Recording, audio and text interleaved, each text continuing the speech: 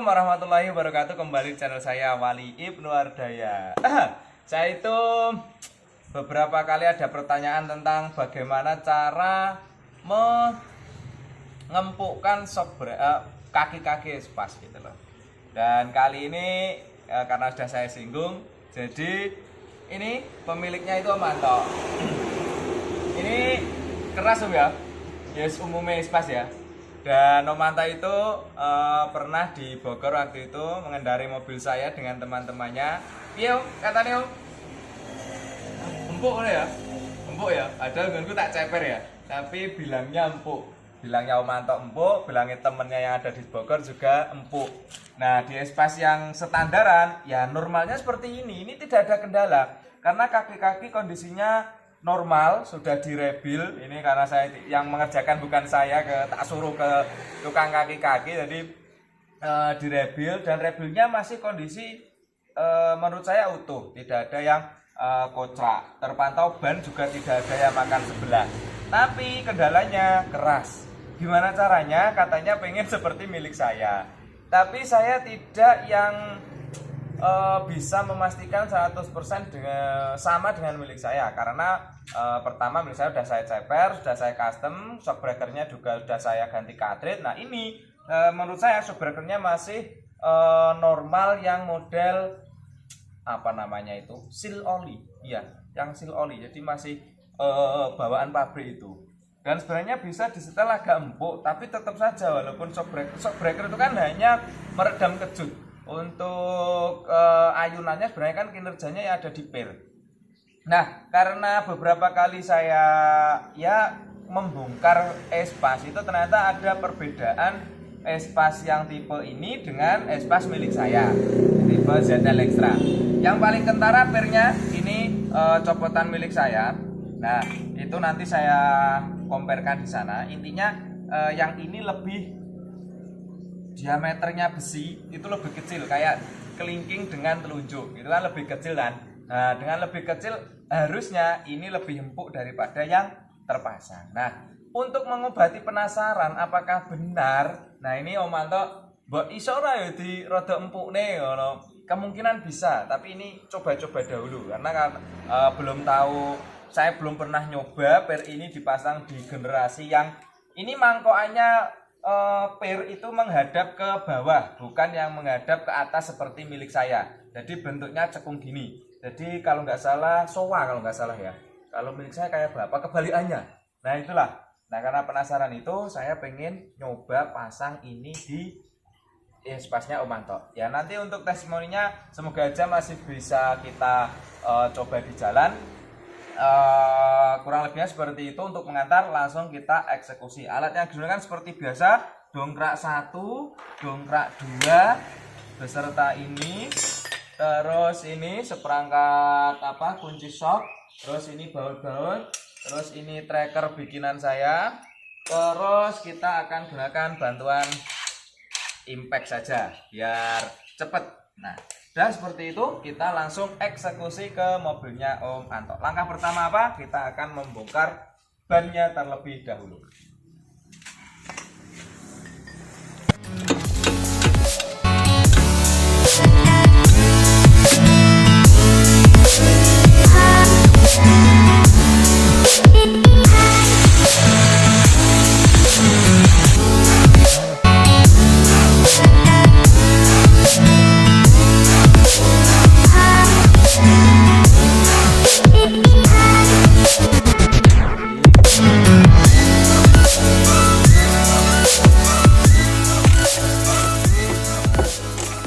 Nah yang tadi sudah terbongkar bagian sini, bagian atas. Nah ketika saya jajarkan, coba di zoomkan ke sini.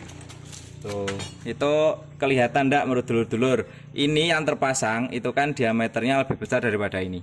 Tuh. Ya sebab besarnya itu tidak yang terlalu jauh. Tapi namanya per pasti akan berefek. Ada perbedaan. Logikanya gitu. Nah yang tadi atas bautnya shock sudah dilepas. Kemudian tinggal kita turunin ininya pelan-pelan karena kita brilkan ke bawah. Jadi jangan langsung grill gitu, kita turunkan pelan-pelan. Tuh. sampai semuanya. Walah. Lakernya sampai jatuh. Lakernya sampai jatuh. Masya Allah. Ini kurang tinggi, jadi kita putar lagi. Dan remus kenceng purung bro.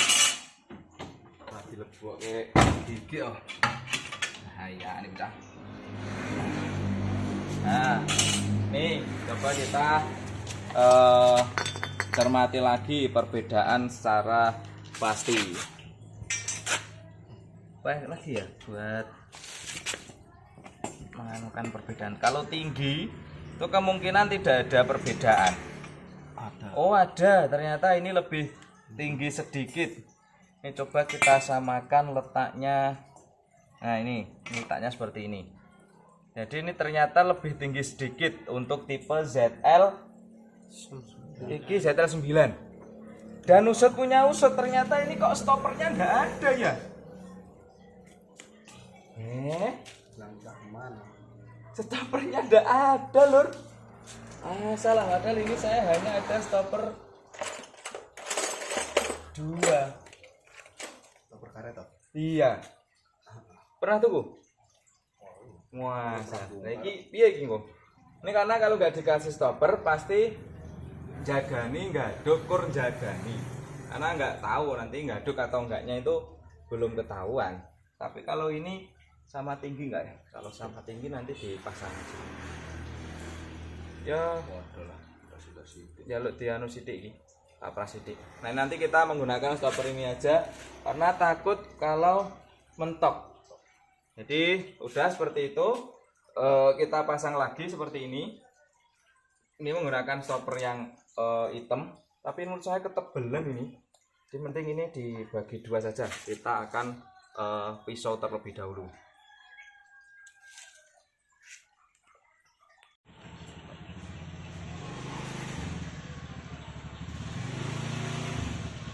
Ini tadi sudah kita papras.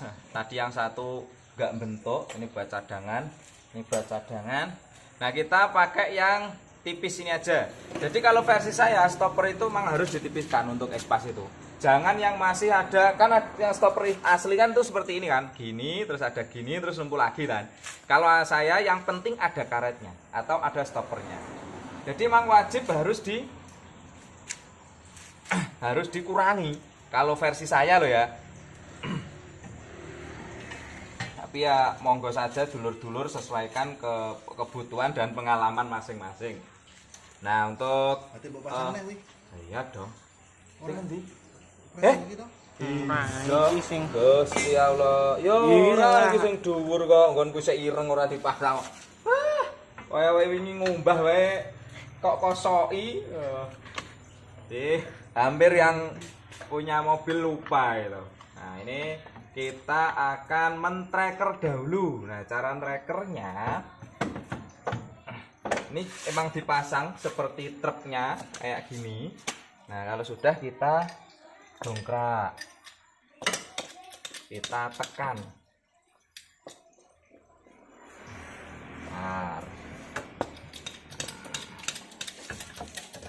Nah kita dongkrak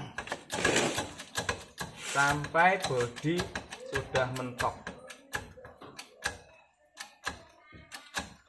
Nah ini udah seperti ini aja udah cukup, baru kita pasang trackernya.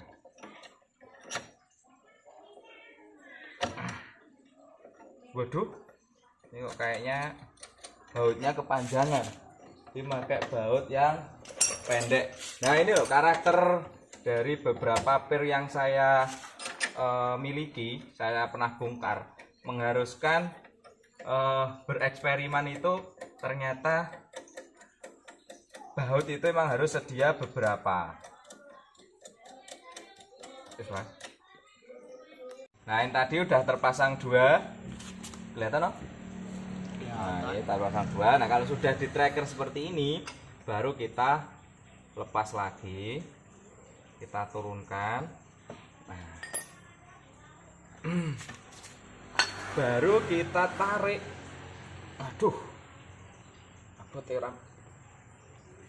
Iki barang iki setelane soke watos peyanget iki. Yakin. Salah. Nah, ini loh salah satu kewajiban yang menurut saya ketika masang bearing nih lakar piringan setir, gunanya tracker itu untuk ini loh, metungulkan as shock breakernya.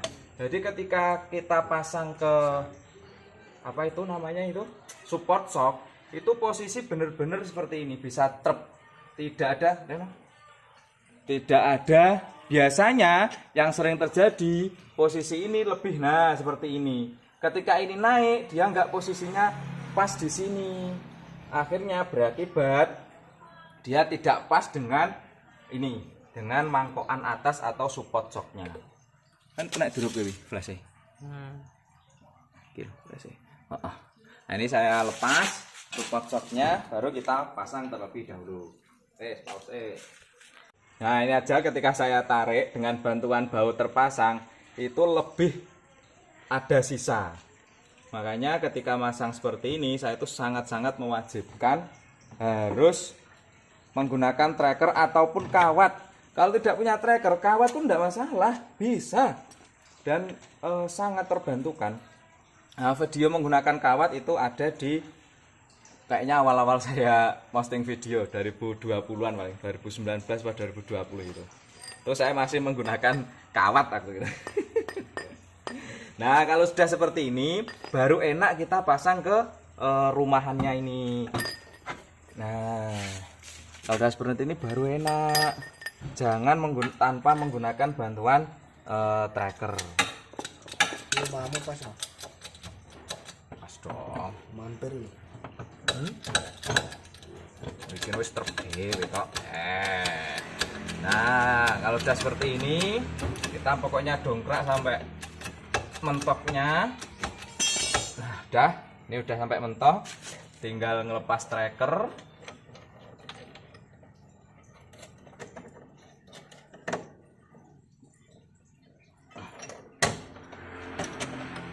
Nah, kita lepas trackernya.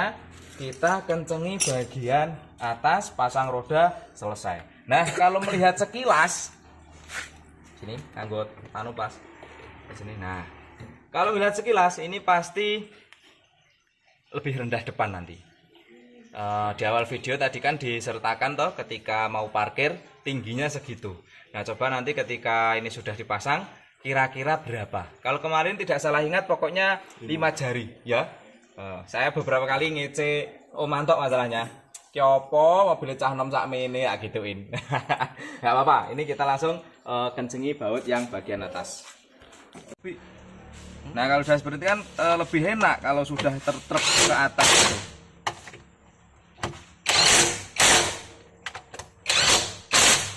Nah, di situ kalau kencengi bagian tengah ini jangan menggunakan impact karena rawan tatakan dari mangkokan ini dia slek. Jadi pokoknya madoni wae. Ini udah selesai, bagian atas sudah kencang semua. Kalau kurang yakin ketika udah menggunakan impact tapi kurang yakin nanti kekencengan atau enggaknya, kita gunakan perasaan. Wah, sudah. Oh, ini kurang. Nah, karena takut ini kan cuma 12-an ya. Takut slek saya. Kalau udah kita tinggal pasang bannya, kita coba turunkan dan jaraknya kira-kira menjadi berapa jari. Ini bukan niat ceper loh ya. Tapi kalau menggunakan per empuk pasti akan ada perubahan tinggi. Itu udah pasti. Pelek kok PCD-nya 110. Aduh, pelek yang sangat susah ketika mau ganti. Kemarin tak tawari ring 16. Tidak mau. Tak tawari ring 14 dulu bilang katanya kalau kaleng celong piye ada. Tidak mau. Walah. Jan. Angel nawari uang orang niat ganti ngene angel iki. Pakai tracker aja. Impact aja.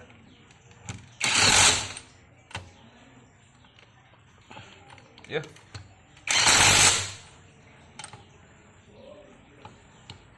Yuk.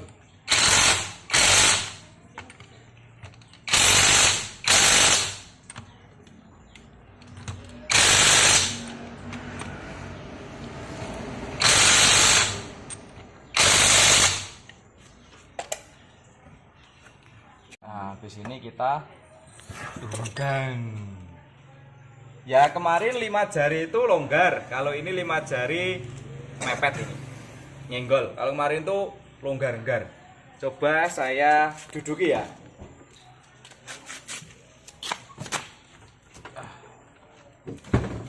Coba saya duduki. Ya lebih ada perubahan. Jadi lebih sedikit main lah pirnya tuh. Coba gini. Alah.